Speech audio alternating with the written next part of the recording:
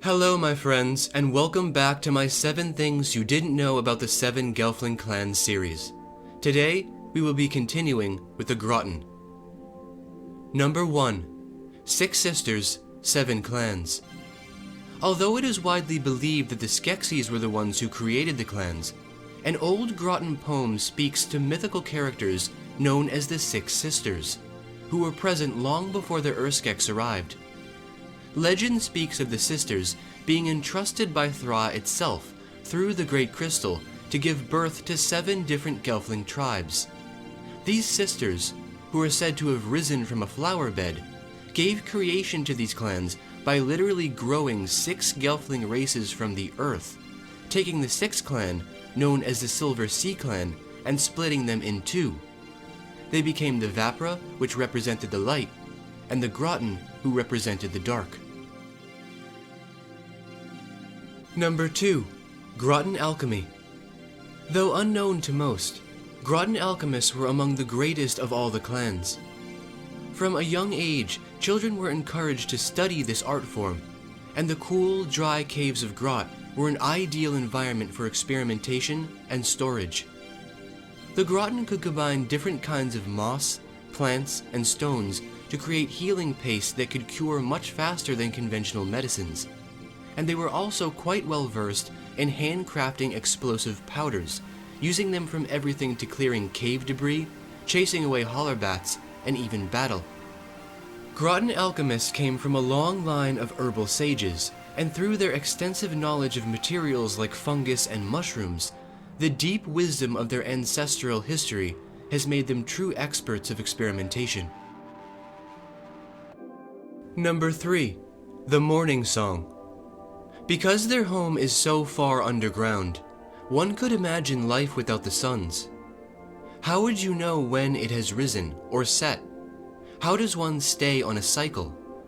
Well, it might surprise you to know that tiny beams of light do actually shine into the dark caves, and these beams of light fall upon certain carved marks, all indicating various aspects of the suns, such as time of day, as well as the rising of tides and the passing of night. And every morning, to accompany and announce the rising of the suns, Grottan musicians play one harmonious note, played with various instruments, to serve as a replacement for the glory of the sunrise. Number 4. The Moontide. Even though the Grottan did not keep track of seasons in the traditional Gelfling manner, as they saw no use for it, they did, interestingly, keep track of the waxing and waning of the lake waters deep at the base of Domrak. All bodies of water in Thra are dictated and controlled by the sister moons, and when the lake would rise to its highest point, their Madra would perform a ritual called Moontide. The ritual was simple, only consisting of the Madra climbing down and marking the water levels, and although this did inform them of the changing of seasons, it had almost no impact on their lives, leading many to believe that it was done for the purpose of the ritual itself. Number 5. Daylighting. We all remember Deet using this term as a passing, playful insult to Rian, but calling someone a daylighter, that word, has a very important history. Daylighting is actually a forbidden act and is highly discouraged among the Grottan youth. However, the Madra actually assigns some adult Grottan with daylighting tasks, being given permission to venture to the surface world in search of materials that cannot be found in the caves. If at all possible, they avoid any contact with other Gelfling, and some have become so seasoned at this task they no longer require blindfolds and become obsessed with the sky, the window to the stars. Number 6. Finger Talk.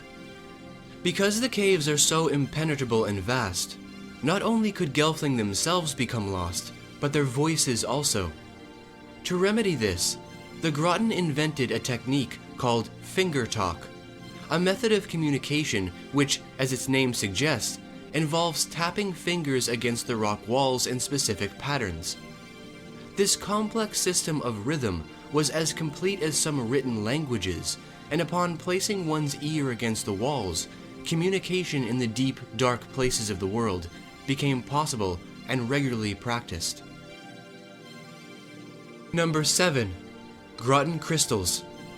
A major aspect of the Grottan lifestyle was their unwavering devotion to Thra itself, and also to the Crystal of Truth, which gives them life. Because of their location, far down below the earth, the Grottan caves are filled with brilliant white crystal veins that flow through the rocks like tiny rivers. Even though they would like to, Gelfling minds are still too small to dream fast with objects like the crystal, but the white crystal veins were frequently utilized to say prayers and send good energy into the earth. The Grottan's devotion to the Crystal of Truth runs as deep as the caves themselves. This valuable connection with the planet has become lost among the others, and some would even suggest this single act of faith displays that in many ways, the Grottan are the highest clan. Well, my friends, that's gonna do it for today's video. Now it's time for you guys to leave all of your thoughts and opinions down below in the Great White Void, and tell me, what is your favorite aspect of the Grottan clan? As always, until next we meet, take care, and I'll see you guys back here for the next video very soon.